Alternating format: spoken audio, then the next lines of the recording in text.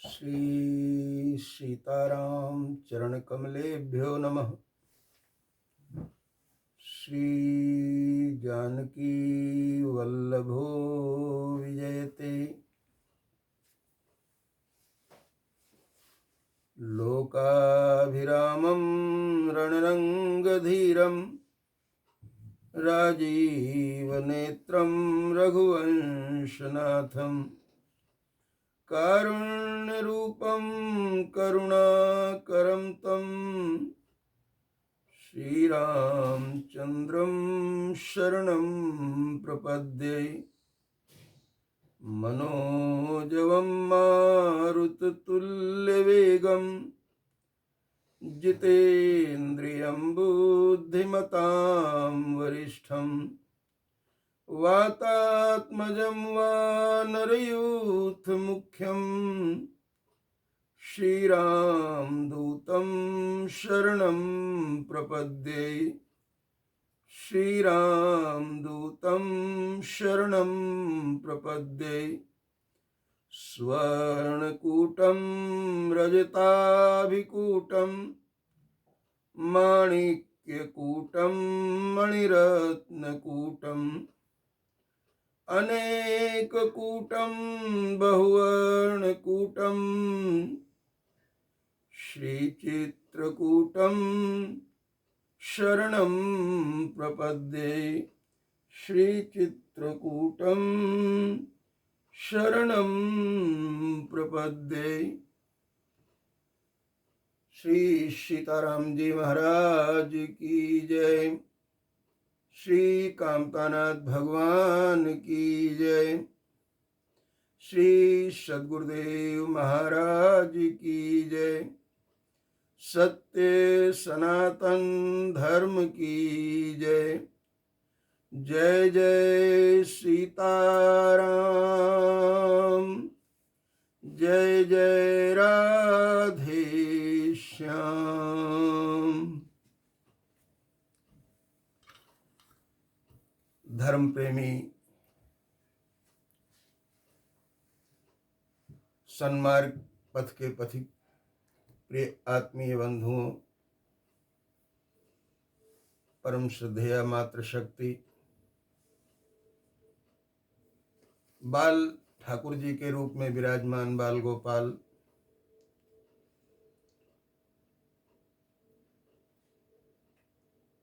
परमात्मा की परम कृपा से, करुणा से, अनुग्रह से और संतों की सत्प्रेरणा से श्री राम कथा पर एक प्रवचन श्रृंखला आज से प्रारंभ हो रही है। जैसा कि श्री रामचरितमानस में कहा गया है, हरि अनंत हरि कथा अनंता, कहाहि सुनहि बहुविधि सब संता। सर्वप्रथम श्री राम कथा संस्कृत भाषा में महाकाव्य के रूप में महर्षि वाल्मीकि जी के द्वारा लिखी गई। यद्यपि उससे पूर्व हमारी वैदिक साहित्य में, हमारी वैदिक संहिताओं में विभिन्न ऋचाओं के माध्यम से राम कथा के पात्रों का वर्णन आता है। कालांतर महाभारत में भी राम कथा का विशेष रूप से उल्लेख है। महाभारत के वन पर्व में एक रामोपाख्यान नाम का आख्यान है और उस आख्यान में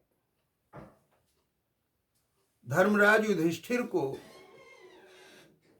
अपनी समस्याओं से पीड़ित होकर, परेशान होकर, हताश होते हुए जब धौम्य ऋषि ने देखा तो उन्होंने राम जी की कथा सुना करके ये समझाने का प्रयास किया कि भैया संसार में जो भी आता है उसके जीवन में परीक्षाएं आती ही आती हैं।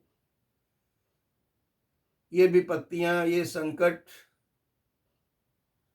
जो नकारात्मक विचार वाले होते हैं उनको तोड़ देती हैं, लेकिन जो सकारात्मक विचार वाले होते हैं उनको और अधिक मजबूत बनाती हैं। हमारे जीवन में सबसे ज्यादा आवश्यक है कि हमारा जीवन सकारात्मक ऊर्जा से परिपूर्ण होना चाहिए। बाद के संस्कृत साहित्य में भी महाकाव्यों और नाटकों के माध्यम से अनेक महापुरुषों ने राम कथा का वर्णन किया, जिसमें महाकवि भास ने प्रतिमा नाटकम और अभिषेक नाटकम जैसे ग्रंथों का प्रणयन किया।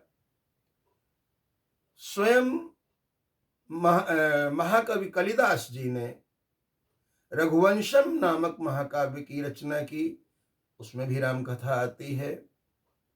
इसी प्रकार से करुण रस के आचार्य भवभूति ने उत्तम रामचरितम के नाम से जो है ग्रंथ की रचना की, उसमें राम कथा आती है। और इस प्रकार से एक बड़ी लंबी श्रृंखला है। यद्यपि बौद्धों ने और जैनियों ने भी राम कथा को अपने अपने सांचे में ढालकर लिखने का प्रयास किया है, लेकिन हमारी सनातन संस्कृति में उसकी कई बातें स्वीकार्य नहीं है। हम उन तथ्यों का वर्णन करना उचित नहीं समझते हैं। जो चीज हमारे लिए अस्वीकार्य है हम उसी को लेना चाहते हैं, जिससे हमें एक अच्छी शिक्षा, अच्छी प्रेरणा मिल सके। एक बात और मैं कहना चाहूंगा कि भारत की जो विभिन्न प्रदेशों में आंचलिक भाषाएं हैं, प्रदेशीय भाषाएं हैं, जैसे कि दक्षिण भारत में कन्नड़ है, कन्नड़ में तोरवे रामायण आती है, मलयालम में इरामचरितम आता है, तेलुगु भाषा में रंगनाथ रामायण आती है, और तमिल भाषा में कंब रामायण का नाम बड़े आदर के साथ लिया जाता है। इसी प्रकार से चाहे वो मराठी हो, चाहे वो पंजाबी हो, चाहे वो बांग्ला हो, असमी हो, विभिन्न भाषाओं में महापुरुषों ने राम कथा का प्रणयन किया है और अपने अपने तरीके से राम कथा का गान किया है। विभिन्न कथाओं में जो अंतर आता है, महापुरुषों ने उसको इस रूप में बताया है कि हरि अनंत, हरि कथा अनंता, कहीं सुनहि बहुविधि। एक ही प्रकार से नहीं, अनेक प्रकार से महापुरुषों ने कहा है, और महापुरुषों की वाणी पर संदेह नहीं किया जाना चाहिए। अपने साधकों की जानकारी के लिए बता दूं कि उर्दू भाषा में भी एक बड़ी विख्यात रामायण लिखी गई है, जिसको पंडित ब्रजनारायण चकवस्त ने लिखा है, चकवस्त रामायण। इसी प्रकार से विदेशों में जब भारतीय लोग, भारतीय समाज, भारतीय संस्कृति विदेशों की ओर गई, तो वहां पर भी राम कथा का प्रचार प्रसार किया, और अनेक उसमें देशों में राम कथा अलग अलग रूपों में प्रचलित है। थाईलैंड में, इंडोनेशिया में, वियतनाम में, कई देशों में राम कथा अलग अलग रूपों में प्राप्त होती है। तो कहने का तात्पर्य है कि राम कथा अनेक रूपों में समाज से जुड़ी रही, समाज को प्राप्त हुई, और समाज ने उससे प्रेरणा ली। अब बात आती है श्री रामचरितमानस की। हिंदी भाषा में, और हिंदी में भी एक उपभाषा कह लीजिए, बोली कह लीजिए, अवधी, अवधि में श्री रामचरितमानस की रचना हुई और वो इतनी ज्यादा उस ग्रंथ को आदर मिला श्री रामचरितमानस को कि जो विश्व के सर्वश्रेष्ठ ग्रंथों की एक सूची बनाई गई, उसमें एक सम्मानित स्थान श्री रामचरितमानस को मिला। विदेश के अनेक विद्वानों ने रामचरितमानस पर काम किया है, उस पर शोध कार्य हुए हैं, ट्रांसलेशन हुए हैं। तशी तोरी ने रूसी भाषा में तुलसीकृत राम कथा का रूसी भाषा में अनुवाद किया है। इसी तरह से अन्य अन्य देशों में अन्य अन्य महापुरुषों ने काम किया है।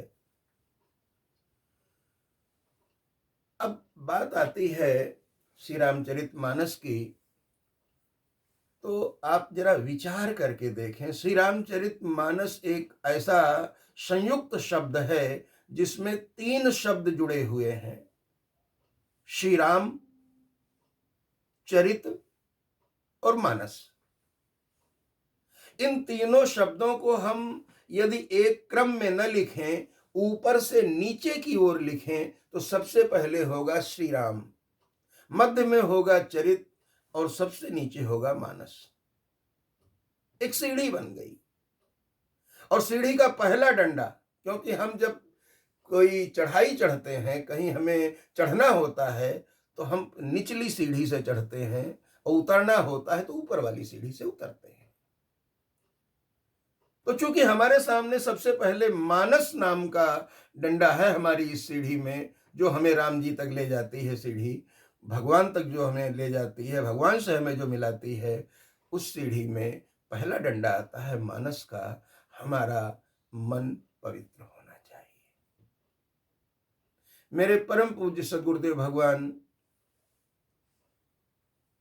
श्री महंत साकेतवासी श्री प्रेम पुजारी दास जी महाराज संतों की वाणी के माध्यम से कहा करते थे अपने प्रवचन में, जब दर्शन करनो चाहिए, क्या? जब दर्शन करनो चाहिए तब दर्पण मांझत रहिए, जब दर्पण लागी काई तो दर्शन कैसे पाई। और इसी बात को गोस्वामी तुलसीदास जी ने श्री गुरु चरण सरोज रज निज मन मुकुर सुधारि, वर्णौ रघुबर बिमल जस जो दायक फल जारी। मन को दर्पण कहा गया है, मोरा मन दर्पण कहलाए। तो यदि हमें भगवत दर्शन करना है, भगवत प्राप्ति करनी है, तो उसका सबसे पहला स्टेप है कि हमारा मन पवित्र होना चाहिए। व्यक्ति का जब मन पवित्र होता है, उसमें दूषित विचारों का कचड़ा नहीं होता है, तो उसका जो चरित्र होता है वो श्रेष्ठ होता है, आदरणीय होता है, आचरणीय होता है, अनुकरणीय होता है। और जब किसी व्यक्ति का मन पवित्र हो जाए, चरित्र उज्जवल हो जाए, निर्मल हो जाए, तो श्री राम जी उसके वश में हो जाते हैं। क्या? जैसे कि भरत जी, जिनका मन भगवत प्रेम से परम पवित्र है, जिनका चरित्र बड़ा उज्जवल है, दुनिया राम जी का भजन करती है। भरत जी और राम जी भरत का भजन करते हैं, भक्त का भजन करते हैं। भरत राम के परम स्नेही, जग जप राम राम जप जी। श्री रामचरितमानस में, जैसा कि पूर्व के संस्कृत ग्रंथों में परंपरा रही है, सर्वप्रथम मंगलाचरण आता है।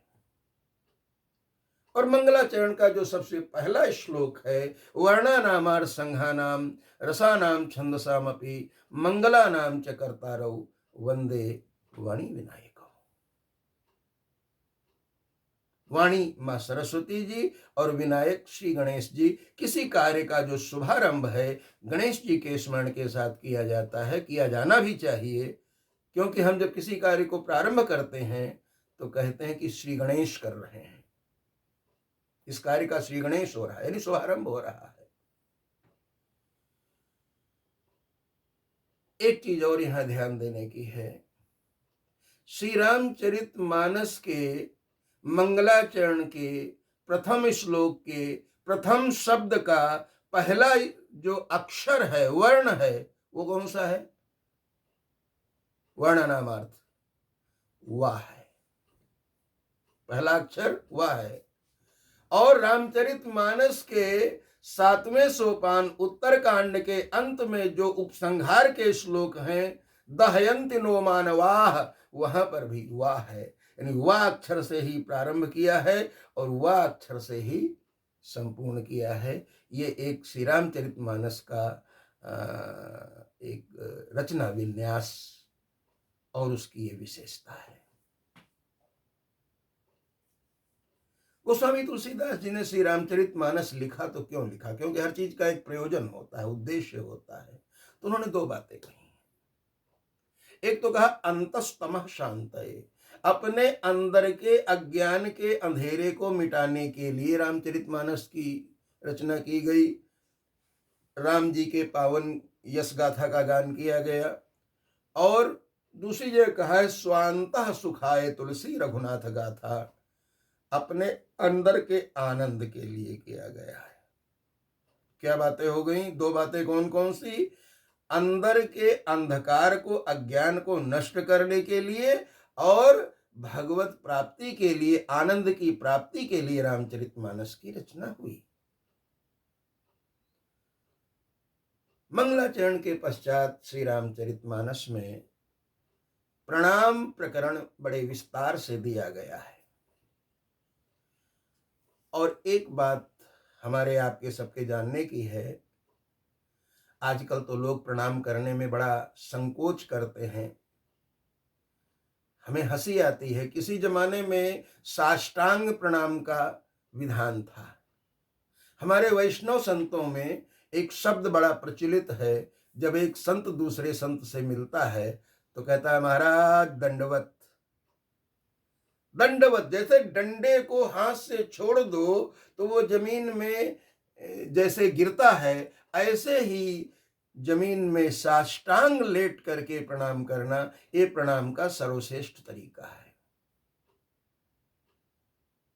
फिर है कि चलो नहीं लेट करके प्रणाम किया, चरणों में स्पर्श करके प्रणाम करना, ये भी ठीक है। हमें हंसी तब आती है जब मैं देखता हूं आजकल लोग घुटनों में प्रणाम करते हैं, और इसी तरह से यदि प्रोग्रेस करते रहे, हो सकता है कुछ दिन कमर में प्रणाम करते करते और आगे फिर सिर पर आशीर्वाद देना शुरू कर देंगे। याद रखिएगा बंधुओं, प्रणाम परिणाम बदल देता है। प्रणाम परिणाम बदल देता है। कैसे? काशीपुरी में, हमारे रामचरितमानस में काशी की विशेषता में कहा गया है मुक्ति जन्म महि जानी, मुक्ति की जन्मभूमि है काशी। ज्ञान खान, दूसरी विशेषता है ज्ञान की खान है। अघहान करी, पापों का नाश करने वाली है। और जहां बस शंभु भवानी, जहां भगवान शिव पार्वती का शाश्वत निवास है, सो काशी से ही नकस। ये चार विशेषताएं काशीपुरी की कही गई हैं।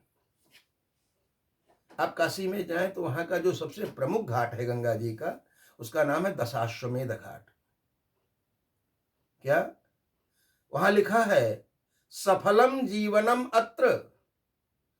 यदि यहां काशीपुरी में रह करके जिया जाए, यदि यहाँ जीवित रह करके यहाँ का नागरिक बन करके रहा जाए, तो उसका जीवन सफल है। मरणम मंगलम अत्र, और यहाँ मृत्यु भी हो जाए तो मंगलमय होती है। क्योंकि ये भी कहा जाता है काशी में मरने वाले की दुर्गति नहीं होती। ये काशीपुरी की महिमा है। तो उस काशीपुरी में मृकंडु नाम के एक ब्रह्मऋषि रहते थे, बड़े सदाचारी, संतोषी, तपस्वी, बड़े ही वैदिक धर्म का पालन करने वाले। ऐसे महापुरुष थे मृकंडू जी महाराज, और जिनका जीवन एक आदर्श जीवन था, जिनका दाम्पत्य भी एक आदर्श दाम्पत्य था। पति पत्नी में हमें आजकल इस बात पर भी थोड़ा सा बड़ा अजीब लगता है कि लोग विवाह को लड़ने का लाइसेंस समझ लेते हैं। यदि पत्नी में सुबह से शाम तक एक बार चिक चिक ना हो तो लगता ही नहीं कि ये गृहस्थी है। अच्छा, मिले लड़के, रहे लड़के, पैदा हुए लड़के।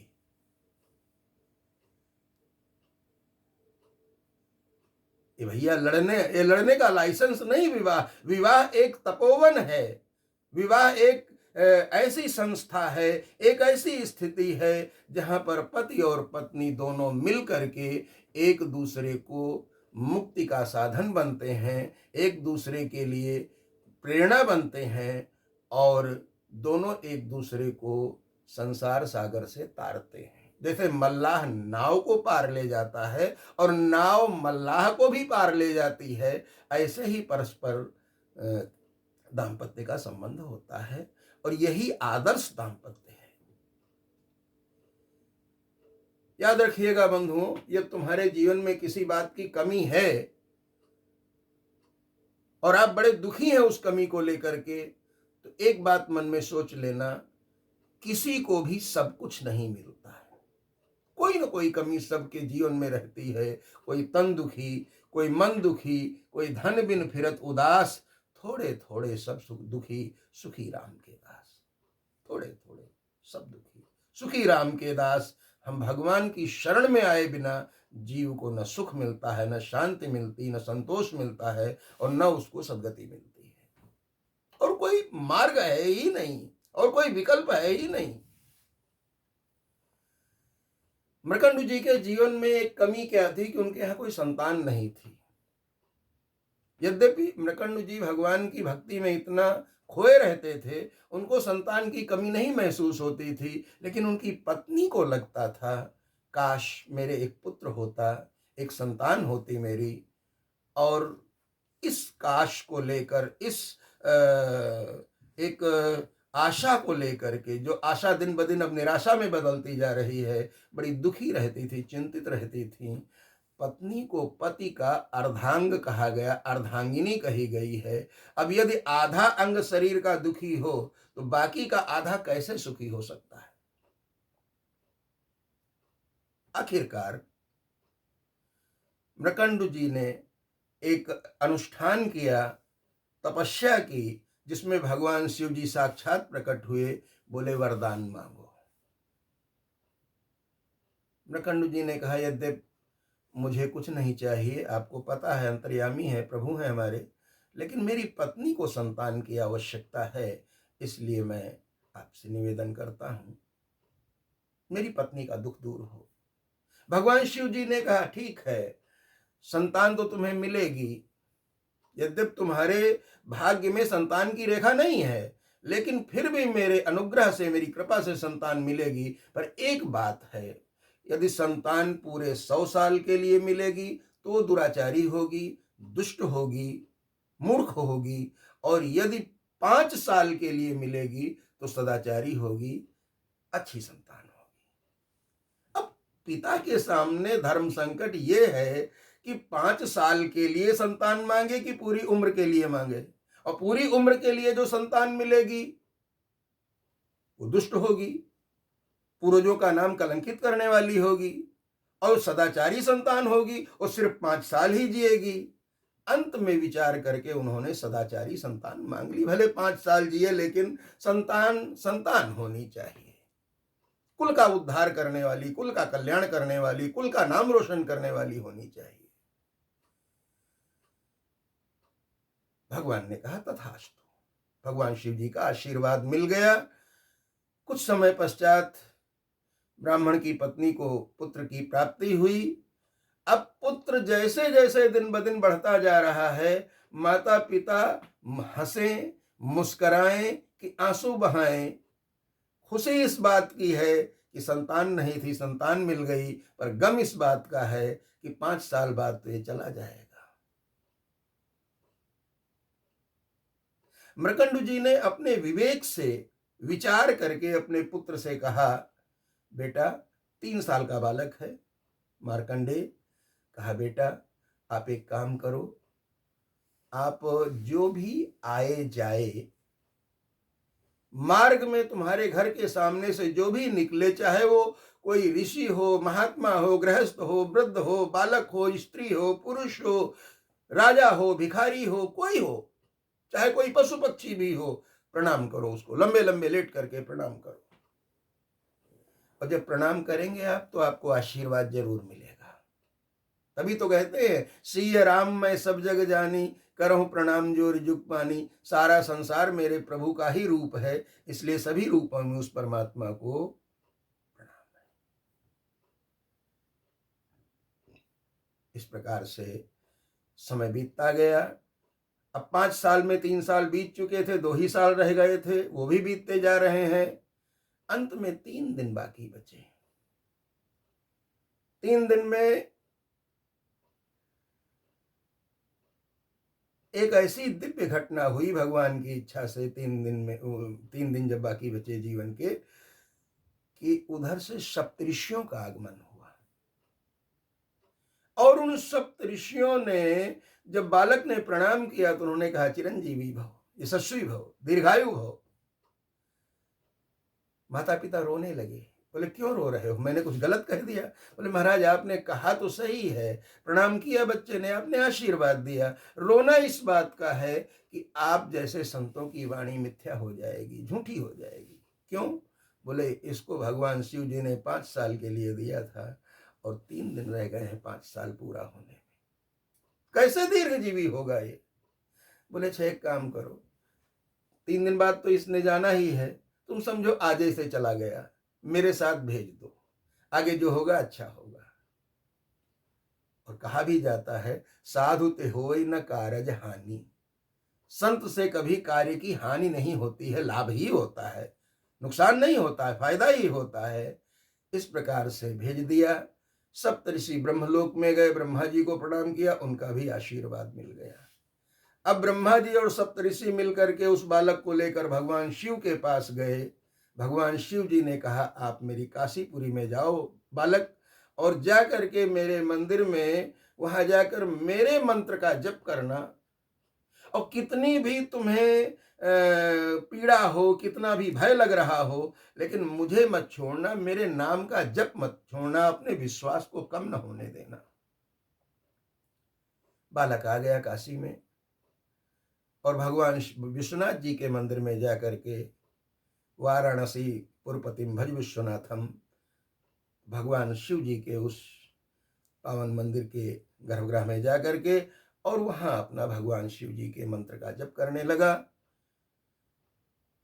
जब मृत्यु के देवता यम देवता स्वयं जो है मृत्यु का पास लेकर के और गले में डाला, प्राणों को खींचने लगे, बालक बड़े जोर से चीख करके, घबरा करके, दुखी हो करके भगवान शिव जी के विग्रह से लिपट गया और प्रभु रक्षा करो जप कर रहा है पूर्ण विश्वास के साथ, मेरे प्रभु मेरी रक्षा अवश्य करेंगे। भगवान शिव जी साक्षात प्रकट हो गए। ठहरो यमराज। जी महाराज क्या कर रहे हो? बोले महाराज अपनी ड्यूटी कर रहा हूं, आपने ही लगा रखा है कि जिस प्राणी की उम्र पूरी हो जाए उसको इस संसार से ले जाना है और कर्म के अनुसार उसे स्वर्ग या नरक में भेजना है, तो मैं तो अपना काम कर रहा हूं। बोले इसको कितनी उम्र मिली है?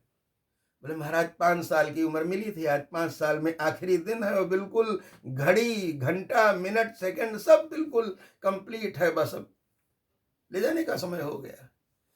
बोले ये बताओ मैंने तुम्हारे साल से इसको 5 साल की उम्र दी कि अपने साल से? बोले महाराज ये भी कोई बीच में पेंच है क्या? बोले है ना। बोले वो पेंच क्या है? बोले देखो ब्रह्मा जी की उम्र जो है, ब्रह्मा जी का 1 साल 73,000 कल्प का होता है। कितना 73,000 कल्प का होता है। और ब्रह्मा जी का एक दिन एक कल्प कहलाता है। एक कल्प 4 अरब 32 करोड़ साल का होता है, तो 73,000 जोड़ो तो एक साल बनेगा, फिर 100 से गुणा करो तो ब्रह्मा जी की आयु निकलेगी, और मेरा एक दिन एक ब्रह्मा जी की आयु। अब आप गुणा भाग लगा लो। महाप्रलय में भी मार्कंडेय जी की मृत्यु नहीं होती है, जब दुनिया सारी नष्ट हो जाती फिर भी मार्कंडेय जी जीवित हैं, अमर हैं। और ये उनको वरदान कैसे मिला?